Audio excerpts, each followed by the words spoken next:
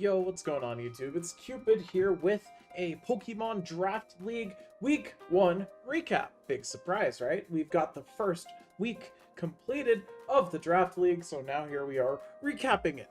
So I'm only going to go over the battles for these this season. It's easiest to do only the battles, and also I feel like this is the part where most people pay the most attention. So without further ado, let's just go ahead and get started. So this week we had Spirit versus Gorfield. I believe that is their Discord username. Apparently, there was some emotional turmoil going on about this match. So, I'm not going to be the one to share other people's business. However, if they wish to, share their information about that sort of thing in the comment section, they are free to do so. But I will definitely go over the match and recap what we saw and, what happened. So let's go ahead and get this started. So, Spirit leads Roaring Moon. Our opponent leads with, with the, oh no. So we lead Mega Diancie and try to Mega Evolve instantly, but we do not click Protect as Mega Diancie usually does, and we get Iron Headed immediately and lose our Mega Diancie turn 1. You don't really want to see that. Gastrodon comes in to force out the Roaring Moon, but as we go for Rocks, Rotom comes in, and now we're going to counter that with a Dragapult. So Dragapult is going to try and get off a Spec Shadow Ball, and that does practically non-existent damage to this Clodsire, especially with Recover. So now we get back in the very, very powerful Gastrodon to use Ice Beam, and we hit Charizard with the Ice Beam as it comes in, and now this is Mega Charizard. Why? It's going to let off a Solar Beam trying to catch that Gastrodon instantly. Well, we don't kill this Mandibuzz, but we do, in fact, follow up by using a Weather Ball, which does massive damage, nearly takes out the Mandibuzz, and now we go into our Heatran, and we're going to take a Solar Beam on the switch, absorbing 12%, which is still a lot of damage considering we ×4 resist that. Now we are going to switch into Dragapult as Scorching Sands is used, and this Charizard's getting off all sorts of attacks, but the sun will end here. So now, guess what? Clodsire's coming back in against this Dragapult, and we did not find ourselves into a offensively favorable situation. We go into Mandibuzz, but then Roaring Moon comes in on the Mandibuzz, and we have Knockoff, and this Gastrodon is Sticky Hold, so it's going to keep its leftovers, but tragically Knockoff is still going to do enough damage to get the KO on the Gastrodon as the follow-up. Now we have a Garbodor coming in to accomplish using Curse, and it's Rest Chesto, but tragically, 2 knockoffs is going to do enough damage there, as Roaring Moon has a massive attack stat.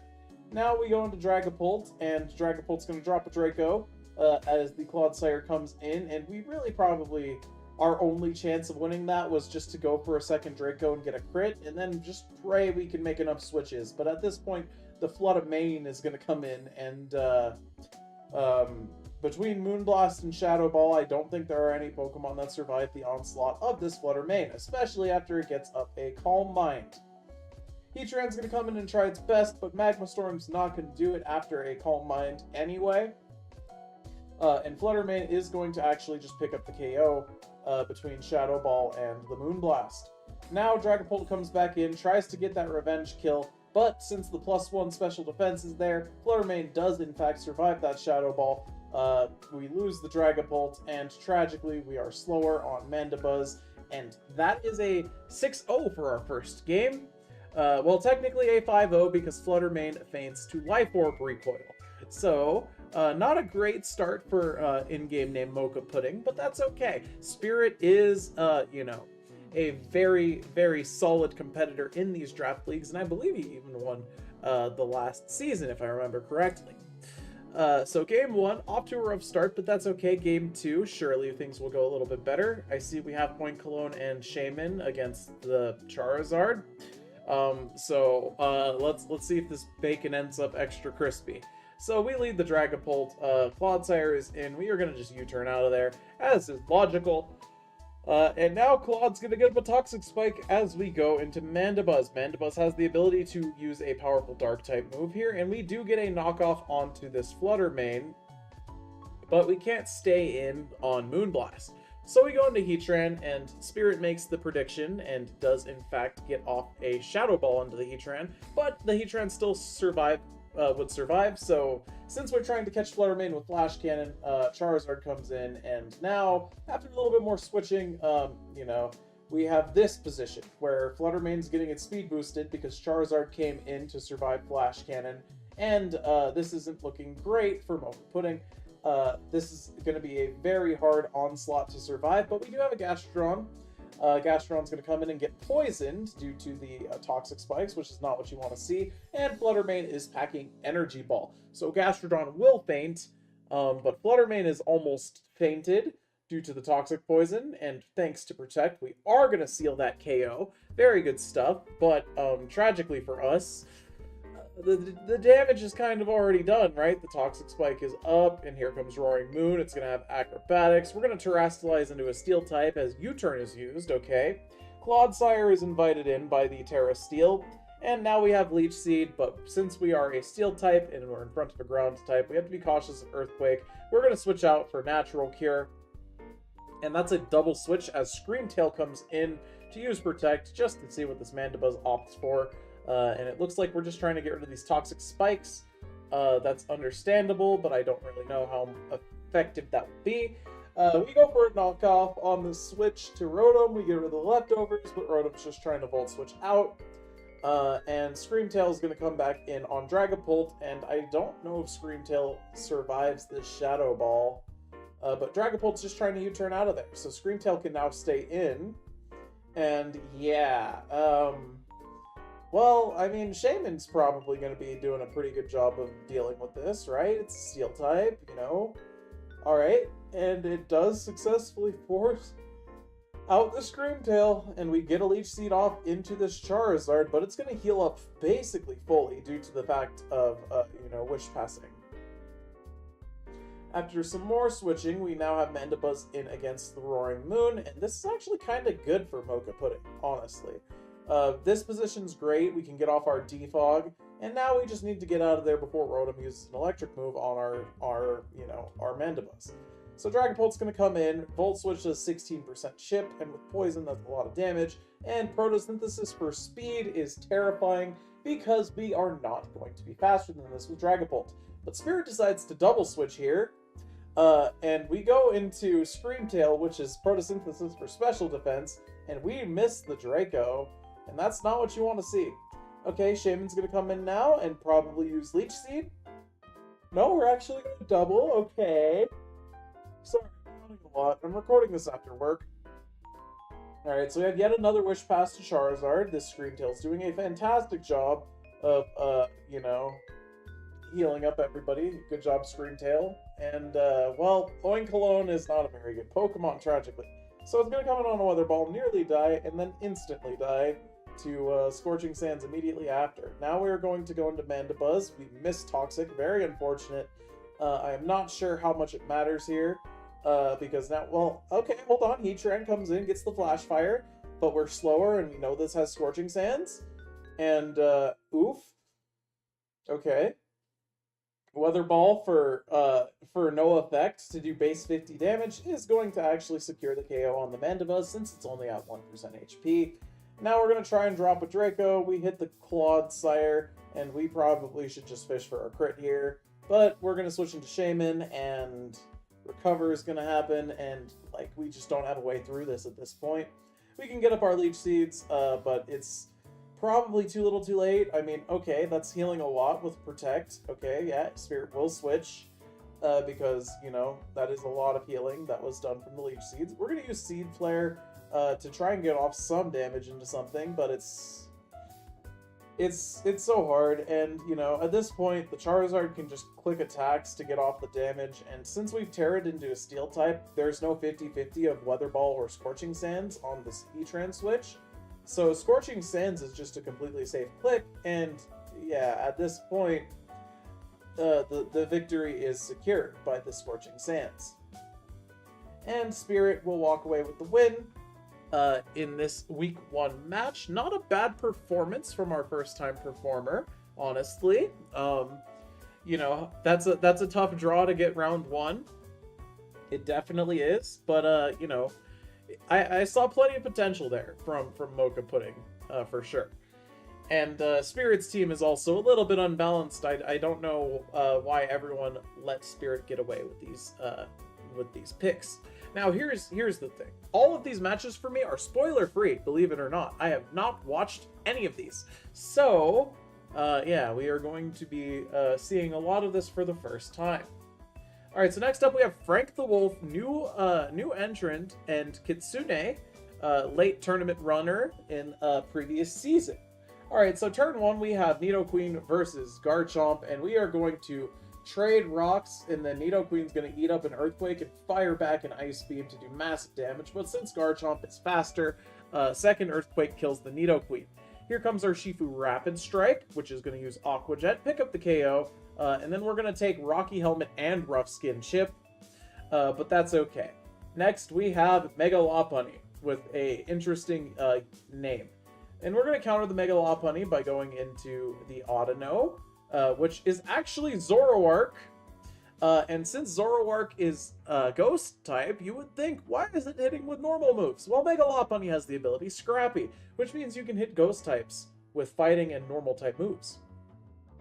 So now the real Audino comes in after we lose our Zoroark, and we're going to try and Toxic as Jirachi comes in to wall this. Now we're going to Wish Pass into a Darkrai, and this U-turn, I think Doom Desire hits this turn, right? Okay, Wish goes. Nope, Doom Desire is this turn. So Lopunny is going to Fake Out, get the flinch, Doom Desire goes off, and Darkrai is going to faint. Okay, okay, this isn't what you want to see if you're Frank the Wolf. Audino's back in. Does this Audino pack Flamethrower? Well, we're going to actually double switch into Scizor on the Jirachi. Okay, not a bad play, but I feel like there's probably a better switch. Alright, so that U-turn does 51%, which kind of tells me it's probably a banded Scizor. And Audino's going to protect and, you know, get U-turned on. Are we protected from Doom Desire? I don't believe so. In comes Scizor. Jirachi's just going to Wish up again. Doom Desire connects. Does 48%. A lot of damage there. A ton of damage. And we're going to U-turn again, but at this point, the Stealth Rocks are doing more than enough. And these Wishes and all of this stuff that this Jirachi is getting off is terrible for Frank, because this Jirachi is just going to sit here and heal to basically full. And, yeah.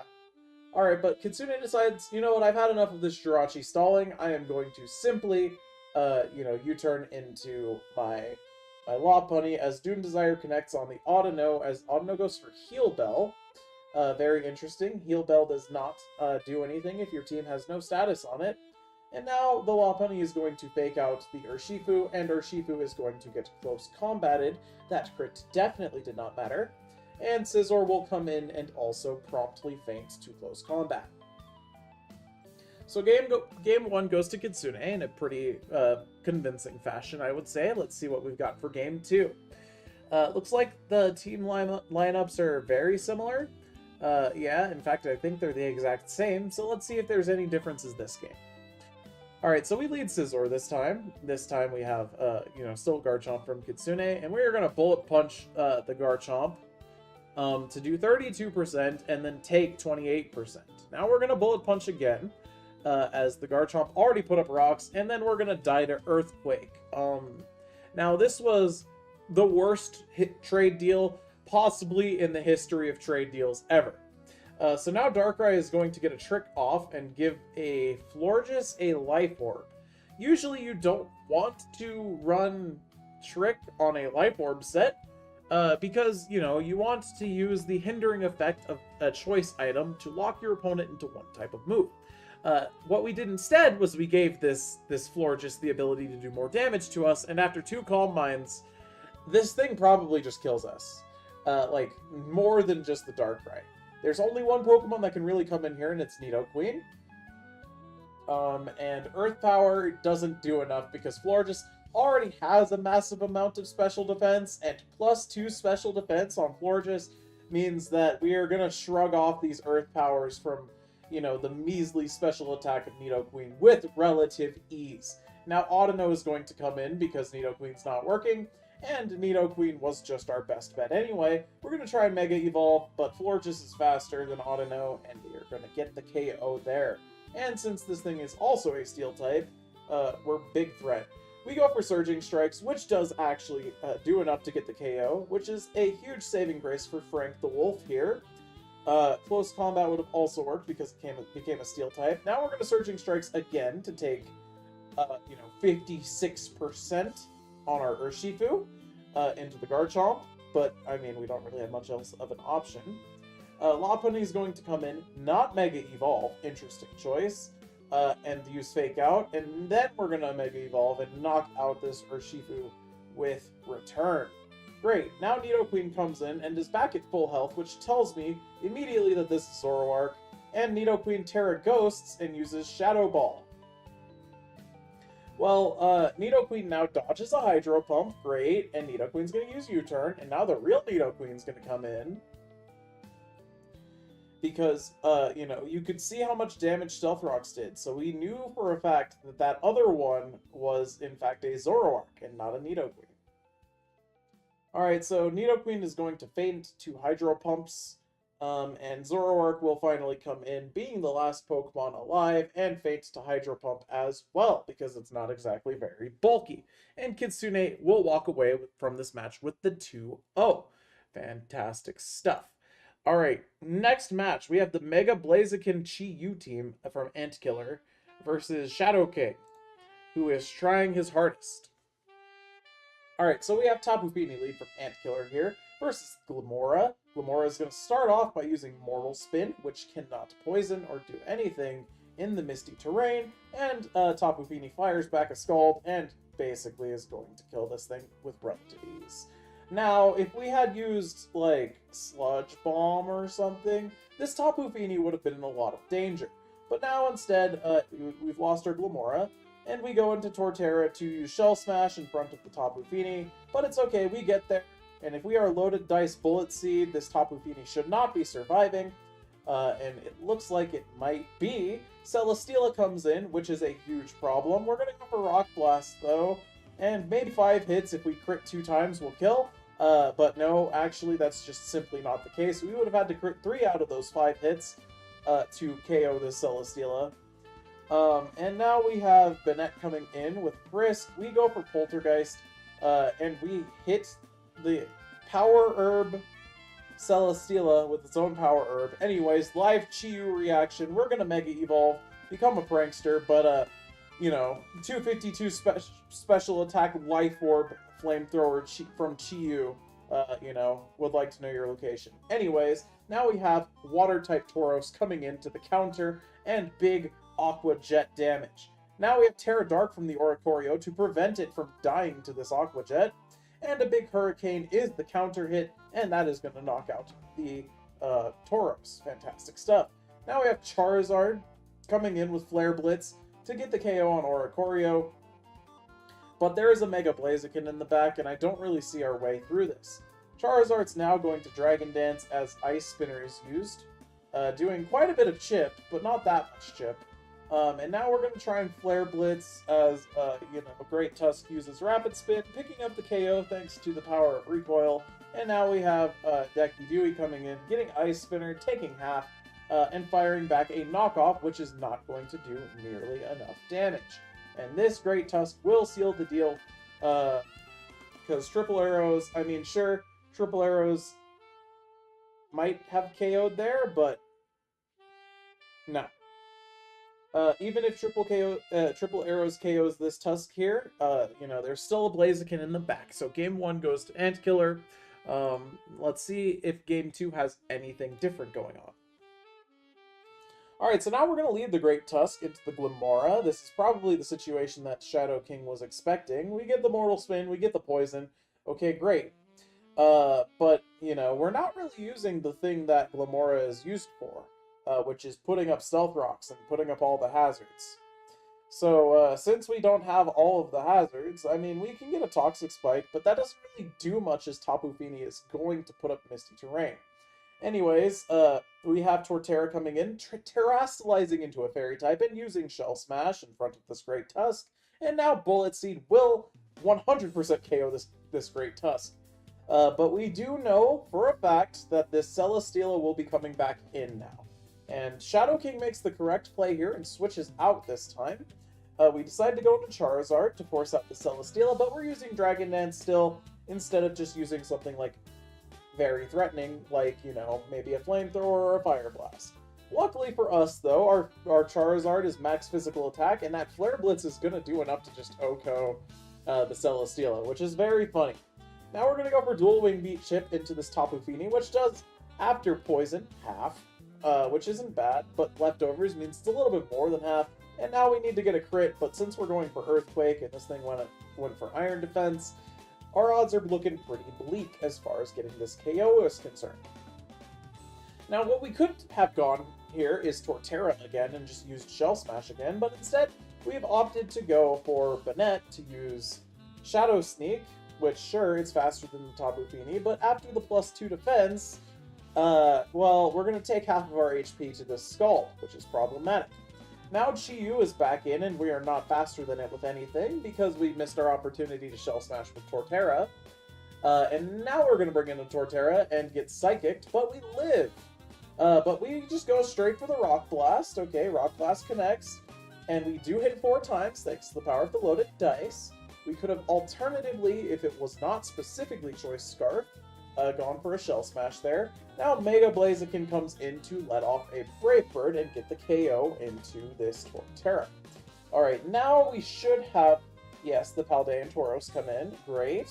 And we are going to go straight for the Aqua Jet with a crit, knocking out the Blaziken in one go. Pretty impressive stuff. And Oricorio Pom Pom comes in, and this is a flying type versus 2 fighting types. And a Quiver Dance goes up. Hurricane number 1 connects into the Deku Dewey, ×4 super effective, no chance that that lives, and we have a 70% chance of landing this Hurricane, and Aqua Jet simply is not going to do the damage, and in fact, we don't even need to go for Hurricane, we are packing Revelation Dance with the electric typing to knock out the water type in the back, and Antkiller is going to clutch up with Oricorio and win this match 2-0. Next match. We have Assassin versus Rudes. Assassin, new to Draft Leagues. Rudes, community meme? Question mark? I don't know. Anyways, we have Farigiraf, the lead here. And we have Trick Room going up instantly as Grimmsnarl's just putting up screens. Now Breloom's going to come in and instantly Terrastalize and get taunted. And we go for Terra Blast to get off, you know, Terra Blast steal into this Grimmsnarl. Okay, sure. But both of the screens have gone up, and Breloom has been taunted, but for some reason Rudes decides to go into Chen Pao. And we seem to have forgotten that Trick Room is up, and I'm pretty sure a Terra Steel Breloom probably survives that Ice Shard. So we could have probably gone for Terra Blast again. It might not have KO'd, but it is something to consider. But instead we have Torkoal setting up the Sun and, you know, generally forcing out Chen Pao's. Okay, now we have the incoming Zapdos, which defogs off the rocks, and you know, that's good.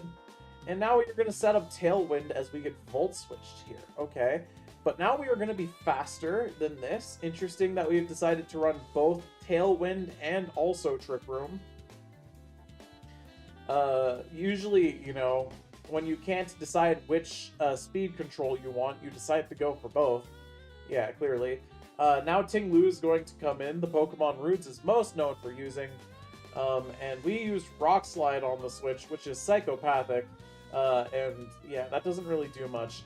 Anyway, Ursaluna's going to come in, hit a Moon Blast, get the special attack drop, but that doesn't really matter too much into Ting Lu. Here comes Urshifu One Punch Man, and this is a fighting type attack, but instead, for whatever reason, we just decided not to use one. We could have gotten off good chip into this Toxapex, but instead, we decided to double into Farigiraf and go for Thunderbolt. Now, what this has resulted in is our Farigiraf is now Toxic Poisoned. And, I mean, sure, we're launching attacks, right? But, like, the damage we're getting from this at the moment should not be super relevant. So we have a Volt Switch as Latios is going to come in, and are we going to just sack our whole Farigiraf? Because Mega Latios has Mega Evolved, and we're going to go for Gleam, get Big Chip off, but we're going to die to that Aura Sphere. Alright, so now what? Ursaluna Blood Moon's in. Okay, this has got Moonblast. Toxapex is going to come in. That makes perfect sense. That is the most logical thing. We should probably go for something like a Blood Moon here. But instead, we've decided to switch into Torkoal because we think fire types beat water types. Now Torkoal is Toxic Poisoned. And we go for Heat Wave because fire types beat water types. And now we have Scald, and Torkoal's going to die. Nice Torkoal.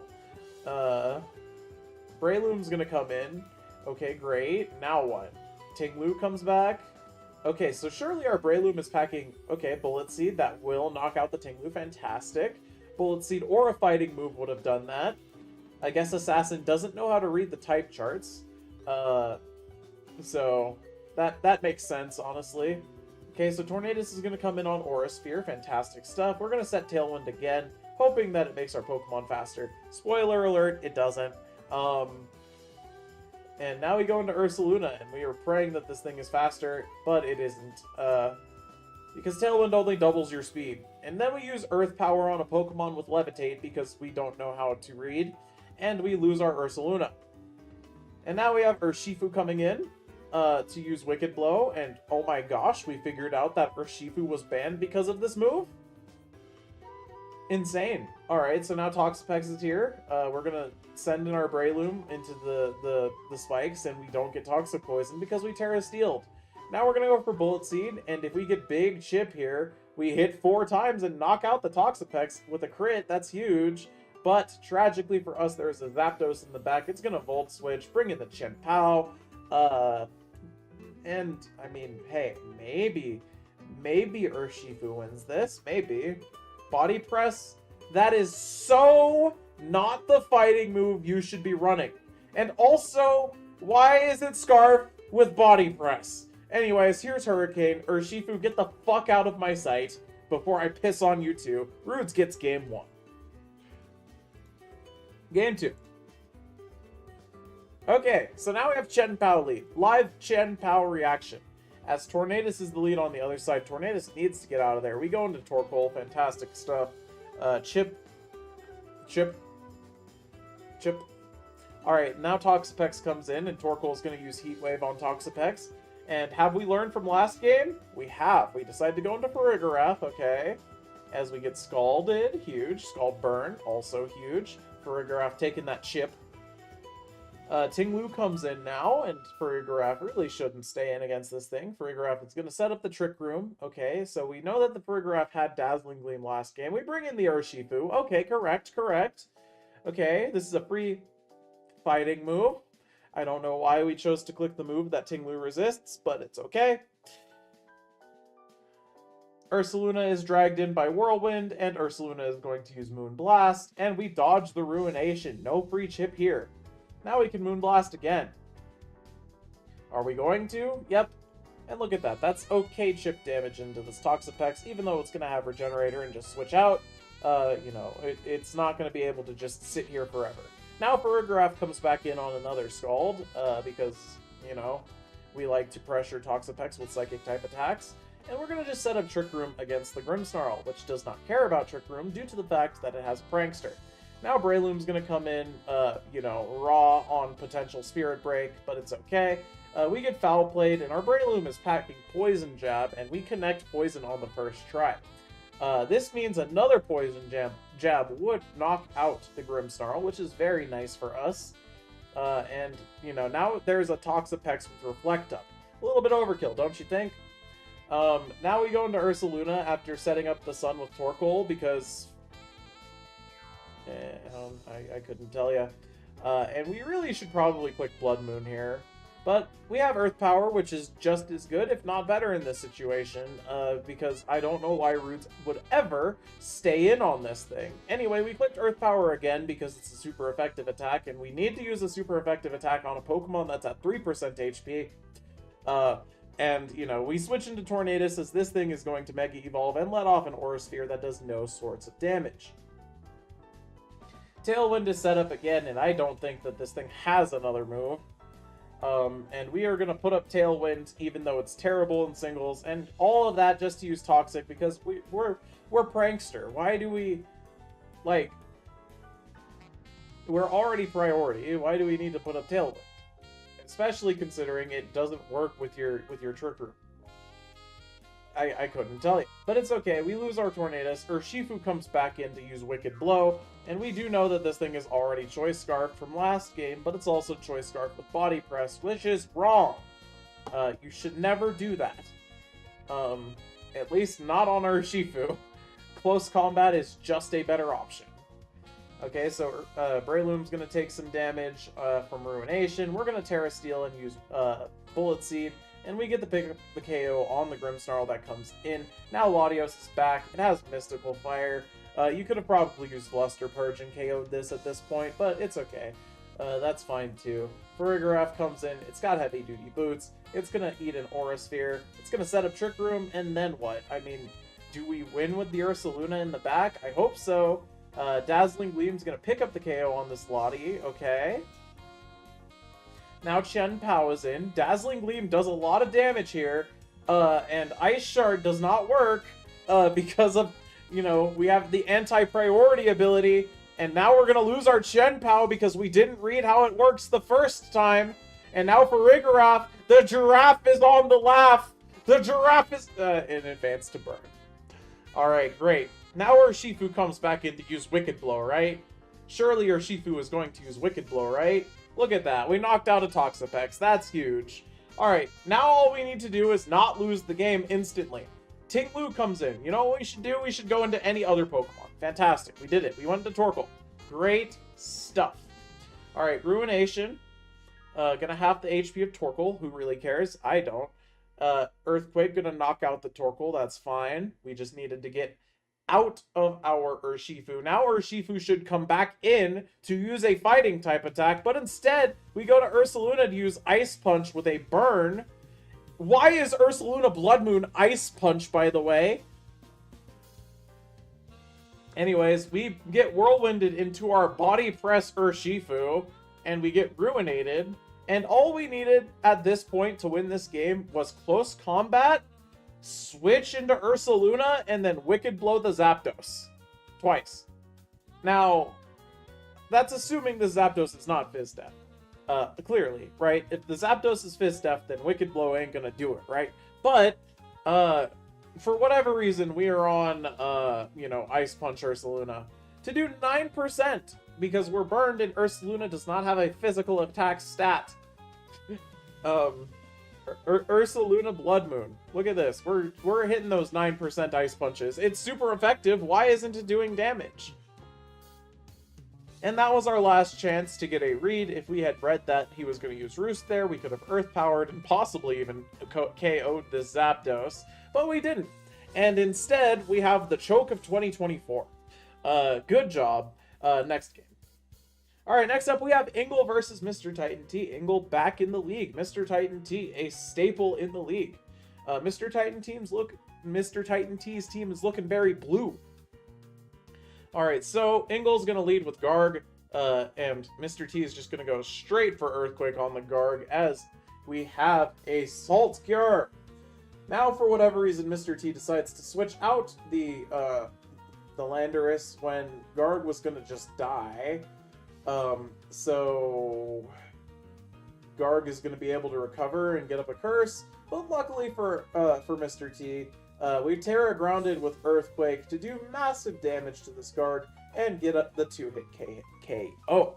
Next, we have Serperior to use Leaf Storm, and Serperior with Leaf Storm is very good, but tragically it's not going to break through this absolute menace that is Slowking Galarian. Luckily, though, we read that. We go into our, our Goldango to use a singular nasty plot as Flamethrower is used by Mr. Titan T. Now, after a plot, Shadow Ball is going to easily OHKO this Glow King, and now we're going to make it rain, knocking out the Metagross as well. Okay, so Goldango is putting in a lot of work, but now we have Ogerpon Bonkstone, and oh my goodness, is that an Ivy Cudgel? I love Ivy Cudgel, and we lose our whole Goldango. Well, not from full, but like, at least there's, loss there. Anyways, here comes Landorus to use Earthquake on our Thunderclap boy, and we have no switch-ins for this apparently. So after we lose our Thunderclap boy, we send in our Switch in, which is going to use Leaf Storm, as, you know, we do like to have +2 special attack. Now we should probably continue using Leaf Storm, and just simply not miss. We have ×3 special attack after those 2 Leaf Storms, but tragically, a Scarf Pokemon in the back is going to cause us a lot of problems. So if this has like a Choice Scarf, as we just seen, it does, we are going to lose our Superior. And at this point, what is Blissey doing in the back? We have a whole special wall. Why is it in the back still? Anyway, here's Dondozo. We have Freeze Dry for these, which is nice. And Dondozo uses Order Up to throw a Tatsugiri. Future Sight will connect into this Dondozo. And here comes Ivy Cudgel, because we're faster even after a Rapid Spin. And guess what's going to happen here? Terra Fairy, still Ivy Cudgel. Good. Okay, sounds good. And Ivy Cudgel wins game 1. Good job, Ivy Cudgel. Alright, game 2. So now we have Blissey as the lead this time. You know, why have a Blissey in the back when you can have a Blissey in the front? You know? Do you prefer your Blissey from the front or the back? Let me know in the comments. Anyways, we're going to lose our whole Blissey to Earthquake from this Metagross, and then we're going to have a knockoff on the Assault Vest, as Giga Drain is the answer that we have to this Metagross. Now we are going to Terra Ice and get exploded on. So, you know, after we saw that Blissey, we had to make sure that we blew up on it. You know what I'm saying? Anyways, Goldango and Landorus come in. Landorus is going to U-turn out of there because the Goldango is on a balloon. It's going to get up its plot. We're going to Make It Rain into a water type, which resists Make It Rain. And we're going to lose some of our special attack. We're going to get Waterfold. And this Don Bozo is going to Bozo all over the place. But it doesn't look like Mr. Titan T is interested in keeping the Dondozo alive.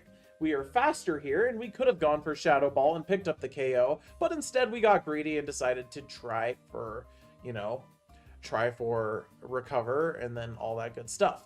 Now, if this Dondozo has the ability Unaware, which we have just seen that it does, by the fact that we Nasty Plotted again and didn't pick up the KO, we probably are regretting our decision. Especially since it will wake up and use Rest again this turn. Oh, well, it should have used Rest. Alright, now will Jingle... No, he won't. He won't take the KO where he has the chance to, but luckily for us, Mr. Titan T has just decided to sack the Dondozo instead of clicking Rest again. Okay, so now Landorus is going to come in and use Earthquake. Nice. Great. Great stuff. Love it. And now we have Mr. Rhyme, which is probably not faster, but it's okay. We're going to use Freeze Dry as Glow King comes in, and what's our plan for Glow King? We go into this Garganacci to, I don't know, be a threat of some variety. We're going to go for Iron Defense and get Grass Knotted for a more billion damage, and we can't recover out of this, so we got to go for our chip where we can get it. Body Press does no damage. We lose our Garganacci, and now Superior has to win this game, and guess how this is gonna go. Sludge Bomb. Nice. Okay, and Mr. Rhyme, surely you can save the day, right? Rapid Spin. Okay, 1 Rapid Spin. Maybe we can boost our speed. Okay, that's Flamethrower. That's not gonna do it. And Rapid Spin 2. No Mega Crits here. And we die to the second Flamethrower, and Mr. Titan T wins the second game without having to use Ivy Cudgel. Very good stuff. Next, we have XCTL versus Shadow Claws, who I believe are both new to our league. One of these is Dusty, and the other is... I think it's Snow Mercury? I'm sorry, I don't have anything pulled up to look at this. You guys actually see my display right now. So you guys can see that I am not looking at things on the site to help me find out who is who. But I believe Shadow Claws and Snow Mercury based on the team.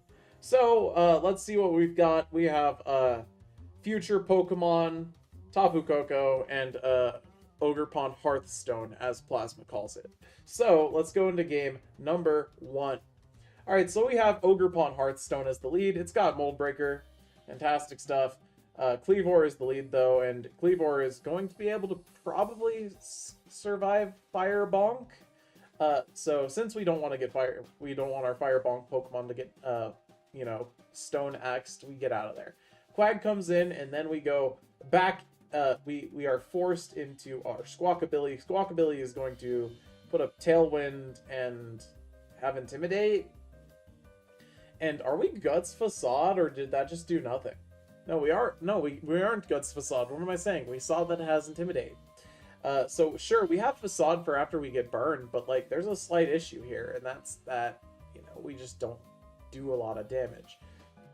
Now we bring in Tyranitar into a Pokemon that has two super effective types against Rock, which is not what you want to see. But since we have no fear whatsoever, we're going to stay in as this Iron Treads goes for a Volt Switch.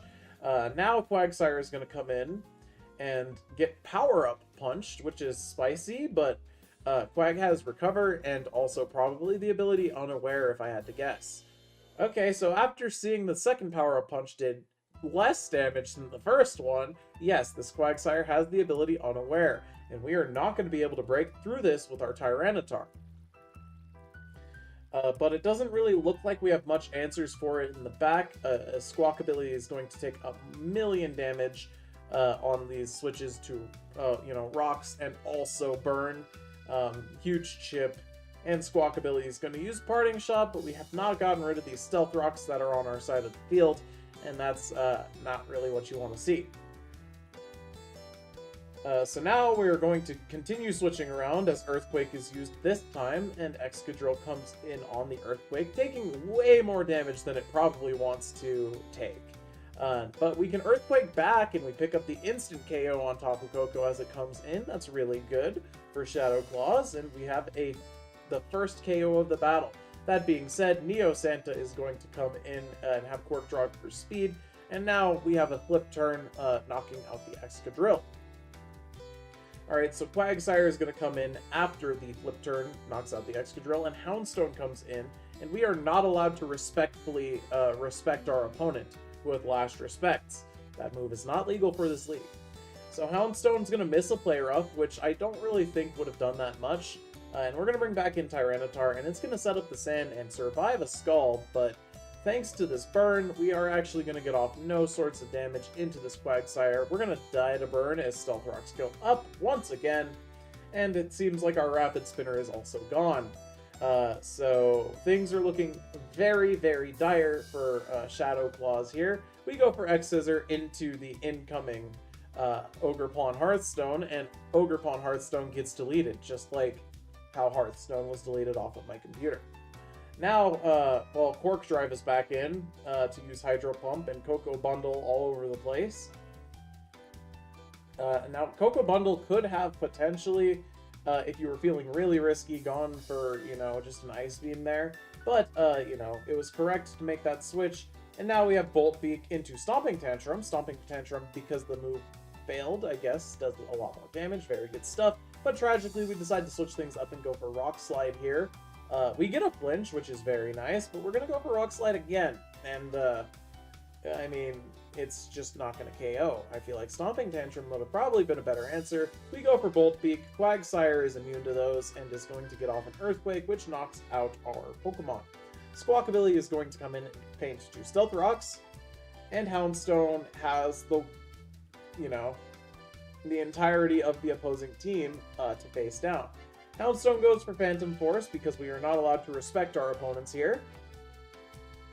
And Quagsire is just going to recover and try to use Scald. And, we eat these eternally, as the kids say. And eventually one of these Scalds will burn, and this is going to start putting Snow Mercury on a clock, which I don't think Snow Mercury is going to be able to escape. So Valiant comes in, uses Calm Mind because we do not respect the Houndstone, and that, after the burn, does 24%, and that is just not enough damage. We're going to try Terra Poisoning, and we still tragically faint to the Shadow Ball there. Alright, so Game 1's going to go to Dusty. Game 2, looks like we've got the same lineup of Pokemon. Let's see how things go differently this time. Well, we're going to lead with the Quagsire immediately, as Tyranitar is the lead on the other side. We go for Power Up Punch, because, well, maybe we're predicting a switch, but tragically for us, the Wooper is going to stay in because it has the ability Unaware. We get a big knockoff crit, and knockoff does a lot of damage, but we're still trying to get Power Up Punches off, and this Wooper literally could not care less. Its ability is Unaware. Now we're going to try and go for Earthquakes, but we're just not going to be able to break through this Wooper, but we can at least force it to use all of its recovers. Power Up Punch does 11 there. Okay, this is not because it's actually doing more damage, but because it's a damage range. And yeah, now we've recognized that the Wooper is not, you know, aware of your stat changes. So it is going to simply, you know, it's going to simply just sit there. So we decide to get out of there as Squawkabilly comes in, taunts and then parting shots, and we bring back in the Tyranitar into Scald. I feel like we probably needed to find a different answer to this Quagsire, but it's okay. Stone Axe is gonna get up Stealth Rocks, and I mean, you know, that's pretty good. Fantastic stuff even. But Cleavor is, I mean, it's trying its best, but it's still a Quagsire, you know? And it might even be Fizz Def this time, based on the fact that it is taking practically non-existent damage from the Tyranitar. Now we are going to use X-Scissor into the Iron Treads as it comes in, and it's probably going to just use, yeah, Earthquake. And then afterwards, it's probably just going to use Rapid Spin to get rid of these Stealth Rocks. And Squawkabilly is not going to do anything to prevent the Rapid Spin. Yep. Okay, so we're going to Parting Shot again. We do really love that momentum gain from Parting Shot, it would seem. Excadrill comes in, no Sandstorm up. This isn't that threatening. And guess what? Iron Treads is faster outside of the Sandstorm. Sure, we get the KO, but Excadrill is going to take massive amounts of damage in the process, and now we have Mold Breaker Ogerpon. We go into Tyranitar as probably Bonk is used. Oh no, Horn Leech, even worse. Alright, so we have the option to go back into Excadrill here, but we instead choose Draco's ult, which is fair, but this also just invites in the Quagsire, as did every other Pokemon on the team. So we can use Stomping Tantrum here for Big Chip, 45%, okay. And Recover is going to, you know, make us feel not very good. Mr. Stark, I don't feel so good. The Quagsire has recovered. Okay, Ogerpon Hearthstone comes back in. Great. Stomping Tantrum on the switch. Good chip. Okay, we're not going to be faster anymore. Sandstorm has ended. Horn Leech does enough to knock out the Draco's ult here. And Squawkabilly will come in. Okay. So after Intimidate, yeah, you do force out the Ogerpon Hearth Flame. And, well, Bundle is here, and Bundle is probably going to clear. Houndstone comes in, tears for poison. Ice Beam is used, does half to Houndstone. Houndstone's going to use Phantom Force to vanish instantly. We're going to use Phantom Force to get off 42%. We're not burned this time, so it is doing respectable damage. But tragically, it's still not going to be enough, as just a million Ice Beams will finish the game. And Dusty will pick up the win 2-0 here. And we have our final match, Ryevji versus Bento. Yes, the return of Bento. It has long been awaited, and now it is time to be debated. Let's see what we've got in game number 1. Ryevji leads with Nihilego, and I'm sure that this Nihilego will be better than it was when it was on Otto's team, because all Otto knows how to do is quick Meteor Beam. Alright, so Nihilego uses Stealth Rocks, fantastic stuff. Swampert's going to come in and Mega Evolve as we just don't care and we go for Toxic Spikes, I guess. Yeah, what's a Defogger? What the fuck is a Corviknight? Alright, Venusaur's going to come in now, probably Mega Evolve back, but here comes Corviknight, like I just said. Okay. Venusaur uses Earthquake, trying to catch Zeraora, I guess? And this Corviknight's just going to use Brave Bird on the incoming Samurott. Now, Samurott's good and all, and it's going to edge ceaselessly, but, like, the issue here is that Corviknight can totally just use Defog. But tragically for us, Bento has decided, I don't care about your hazards, I'm going to just go into Latios and pick up the KO with Aura Sphere. No more edging. No more. Stop it. Get some help. Now Xurkitree comes in. It's going to eat up a Draco Meteor like a beast, and we'll be able to survive the next one. And that Xurkitree does not do very much damage. Life Orb, Xurkitree, Dazzling Gleam only doing 69%. Makes me kind of think that maybe this Latias is like specially defensive or something. But 2 Dracos does actually get the job done there, which is interesting. We've got Deoxys Speed now. The fastest thing alive that isn't named Regieleki. And what's this gonna do? Okay, we got Nasty Plot. Sure, Nasty Plot can get us there. Ice Shard does a lot of chip damage, but not enough. Energy Ball does pick up the KO on this Weavile. Is the speed on the lead? Is the speed on the lead? Does it have Thunderbolt? We have Psychic. It's not going to do enough to Corviknight. Is Corviknight going to... Oh, Corviknight's going to Brave Bird and nearly trade for the Deoxys. But instead, the Corviknight simply just lives. We bring in Venusaur. We have a Scentiscorch, but why would we bring in Scentiscorch when we can send in Venusaur against a Corviknight that has Roost and Brave Bird? So now we get up Leech Seeds, and this Corviknight's probably just going to heal all the way up to full. And I mean, look at all that stuff on Bento's side of the field. But at the same time, look at, you know, Ryevji's offensive output. It's just not there, right? And that is something you have to be cautious of at all times. Sure, you can stack all your hazards, but if you don't have the momentum to go with it, your hazards don't really do anything. Now Corviknight's going to U-turn into Blacephalon, which is going to take a more billion damage on the switch. In fact, it's going to take 52%. And Blacephalon tries to use Trick on a Mega Evolution, which does not work. And Blacephalon simply dies to Earthquake. Is the Soar on the shore? Energy Ball knocks out the Corviknight? Is the Soar on the shore? Latias comes in? Psyshock doesn't do enough? Energy Ball does nothing? Oh my gosh, Wish? Did we use Leech Seed? No, we used Synthesis. Oh my god. Oh my god. Psyshock again? Did we use Leech Seed? Oh, we used Leech Seed? Huge! Huge! The Soar is on the shore! The Soar is on the shore! I mean, Latias still wins this, but like, you know. Alright, how much HP is this Swampert at? Full? Okay, we need to keep this Venusaur alive. We need to keep this Venusaur alive. It is urgent. So we switch into Scentiscorch. Oh my gosh! Oh my gosh! Correct play! Never before seen correct play! Alright, Swampert comes in on the switch.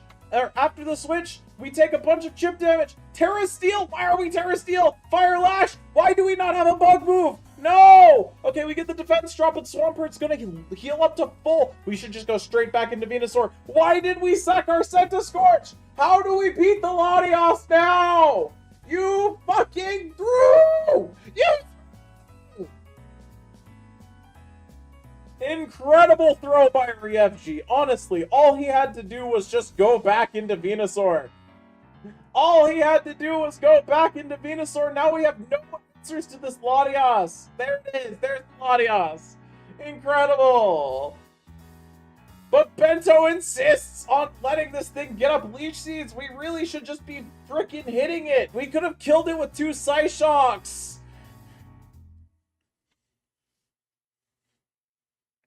And honestly, there